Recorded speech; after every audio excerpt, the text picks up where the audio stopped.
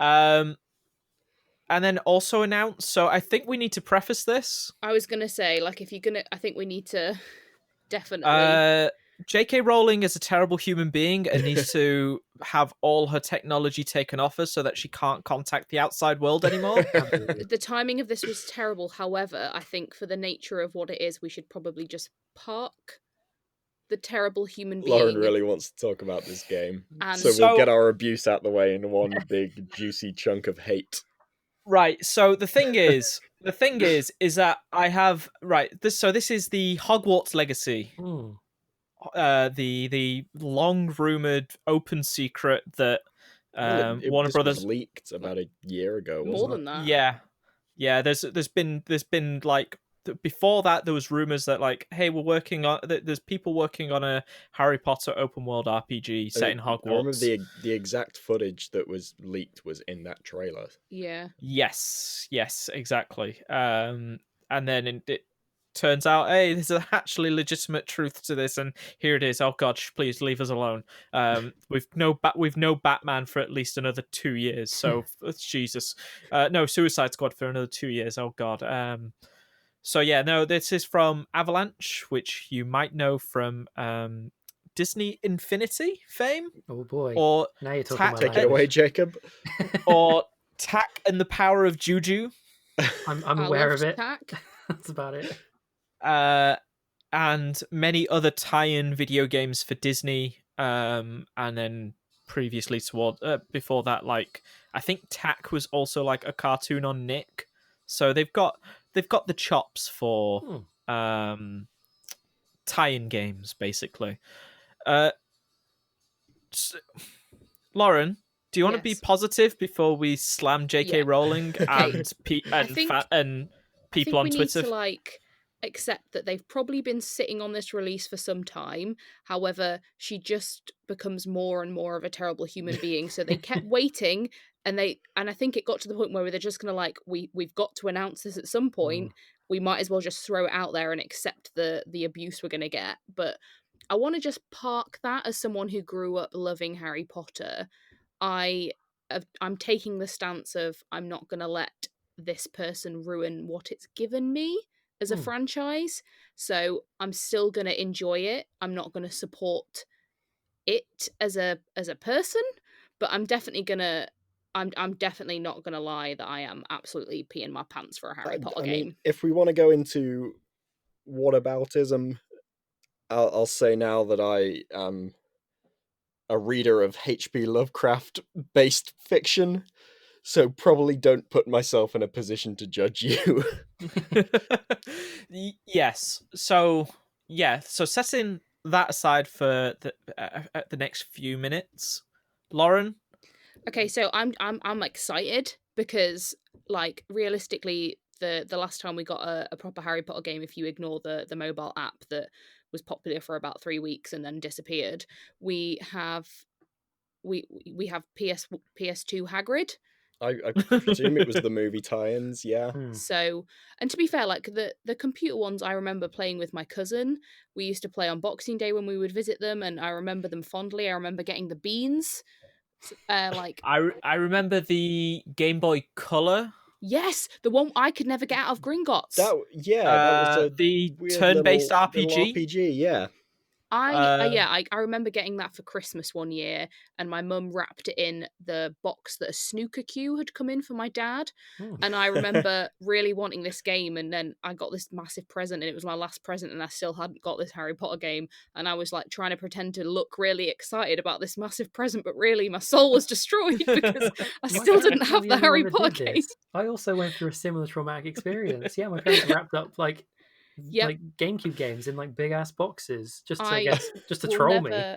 I'll never get over the Christmas where everyone was getting Nintendo like the DS, the original DS, because Nintendogs was out, and I remember specifically telling my mum not to get it because I was worried that it was expensive, so I didn't ask for it for Christmas, but I desperately wanted Nintendogs. You reverse psychologied her. And I remember unwrapping the game Nintendogs and watching my mum look at me with such love in her eyes. No. And I was like so upset that I had to tell her, Mum, this doesn't work on my Game Boy Color. Like, I know I wanted this Oh. game, but I need the DS to do it. And she was like, oh, I thought it would just work. And I honestly like felt so bad for my Brutal. mum. And the next present I unwrapped was a DS. And she played me. These parents, man. Honestly, great Christmas. But yeah, loved the childhood Harry Potter memories. one for Game Boy Color. Got stuck in Gringotts for forever. But I'm excited about this game. I'm very jazzed for open world. Is it open world? I think it's going to be like semi-open world. They showed that you can leave Hogwarts and stuff. I'm not sure what this game actually is. I bet felt- it is. I bet it is a very large, semi-open world RPG where you can explore and see the sights of Hogwarts. My impression would be kind of, so they made it clear in the trailer you can go outside the world outside Hogwarts, which obviously everyone jumps on the open world vibe from that. Yeah, it'll probably be fairly limited, but I think there'll still be a hefty chunk of exploration to do. Well, they showed like some island or something, so I presume we'll have our Hogwarts map and then we can fast travel to this island and explore there. And I bet your ass there is a season pass with extra content coming soon. And you bet I'm gonna buy it. Go to Azkaban. Or go to the street. What's it called? Hogsmeade. Yeah, well, that was in the trailer. Or Diagon Alley. So, yeah. So maybe I bet that's where you create your character. I'm just really excited for the fact that there's going to be like, I'm presuming there's going to be like obviously character creation, the sorting. You're going to have to go through like learn. I hope there's lessons. I want to go to potions and herbology and that kind of thing and discover the magical creatures. Particularly for you, it's got potential to be just one of those cozy games. Yes. You just hang out in a nostalgic area. I bet it is not too complicated because they will want to hit a bigger mass market as they possibly can. Yeah, so they'll want the kiddie ones to get involved too. It was hard to tell what the gameplay actually is. I presume a lot of that trailer was kind of in-engine stuff, but I don't know if any was out. I bet it is slightly overhead RPG where you can press the left trigger to target where you want the spell to go. Well, I just wonder about the wand combat because I think it was the last two Harry Potter games when they were doing the movie tie-ins. Those games were Gears of War. Yes, they were on like 360 and stuff, weren't they? Yeah, they were just third-person cover shooters with wands. Yeah, and then there was that one for the sixth movie, I think, where it was on Kinect. Oh yeah, yeah. Or it was better with Kinect or whatever it was. Yeah. And basically, you just had to shout the spells at the screen, but it never worked. So it just pick up whatever. Yeah, no, I can understand why Harry Potter be good. But like the one thing that I was saying to Ollie when it came out is like I'm gonna have to try and like because I'm a massive fan. Like I've read the book so many times. Like I know really stupid facts like Ron Weasley took corned beef sandwiches on the Hogwarts Express in book 1 and he hates corned beef. He tells his mum every time. But there's gonna be some serious like lack of info, I think. Like I said to him, for example, I am gonna be mad if there is a Whomping Willow because this is set in the 1800s and the Whomping Willow was not there until Remus Lupin joined. I've told you not to expect these. I know, but I think canonical I'm gonna be annoyed if there's a Whomping Willow. Intricacies? Is that the word I'm looking for? Because it wasn't there until Remus needed a place to hide. And you can be annoyed and you can shout about it on Reddit, and I'm sure someone will give you 30 upvotes. Yeah, I absolutely guarantee they have their lore expert that is telling them what can't. Like these games, like Warner Brothers especially has to tread thin ice with Harry Potter as it is, mostly just because of the social issues regarding it at the minute. The last thing they want to do is piss off the ice. You know, like so you don't want any references to Harry Potter in the Hogwarts game.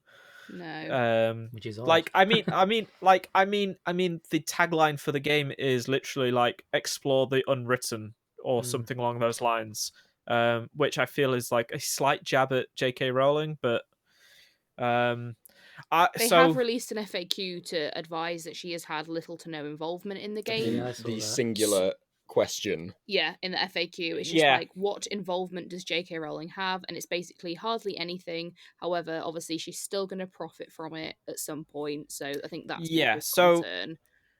So the current hot take on Twitter that was going around was, oh, you have to set aside J.K. Rowling and think about the developers and like don't not buy the game. No, people are obviously going to boycott the game because J.K. Rowling. Like, yeah, it's just the current culture that we're in. But the activism side of buy the product so that the developers can benefit from it is a false and fabricated lie. This is the exact same argument as continue to go to Spoons because the bartenders need to get paid. Exactly. Like, these people are salaried and will get paid, and the freelancers and the contractors are most definitely going to get laid off anyway once the project is done. Like, you can't stop the wheels of the Warner Brothers machine turning. So if you are going to like have that stance of like, I'm going to buy the game despite all this, like, that's fine, whatever. But it is also the same bullshit that like Disney fans throw out about Captain Marvel and stuff like that, where it's like, you're still perfectly valid as an LGBTQ plus ally or as an LGBTQ plus person, if you don't support these movies, because hey, Disney's fucking terrible. Warner Brothers is a giant fucking corporation. Like, these people aren't going to be these people won't be the people who are working at Avalanche will not be affected by you boycotting, like you buying the game to support them. You are effectively just lining the pockets of J.K. Rowling, which if that is your if you have issues with J.K. Rowling and think that supporting by buying the game, to support the devs is a logical way forward, you're lying to yourself. Just donate the money that you would spend to support the developers who are salaried and already got paid and will never see any of the bonuses and stuff like that, because that's obviously going to management. Fucking donate that money to charities or anything else, or maybe just ignore the game. Like, that's fine. Like, Lauren, I can understand you wanting this game because you're a huge Harry Potter fan, and that's fine. But it's these people who are saying like, you need to buy the game to support the developers. It's like, no, you don't. Like, the developers are already supported and paid. Yeah, like, I think they're this not is when it comes down to like when people try and bring like politics and all of this like anger and rage, which I get, it's totally valid to feel this way, but at the same time, like, it all boils down to like, you like what you like, and I'm not gonna not play a game because someone made me feel bad about it. But I'm not here to yuck anyone's yum or anything along those lines. You better not. But like, it's these people on Twitter that are saying like, you need to buy the game to support the developers. It's like, no, you don't. I need to buy a game because I want to play it. Yeah, I never buy a game to support a developer. Like, these people already feel it's probably pretty shady and are just looking to justify it for themselves because they do want to play the game. Yeah, but they don't want to admit that they want to buy the game. But and also, I forgot what else I was going to say then, but like, J.K. Rowling's a terrible human being, and Harry Potter has huge issues for me personally.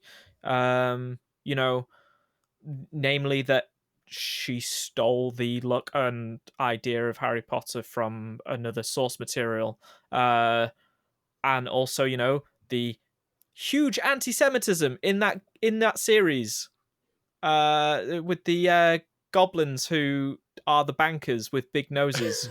Oh, good lord! I think that's definitely as like there are huge issues with Harry Potter as it is.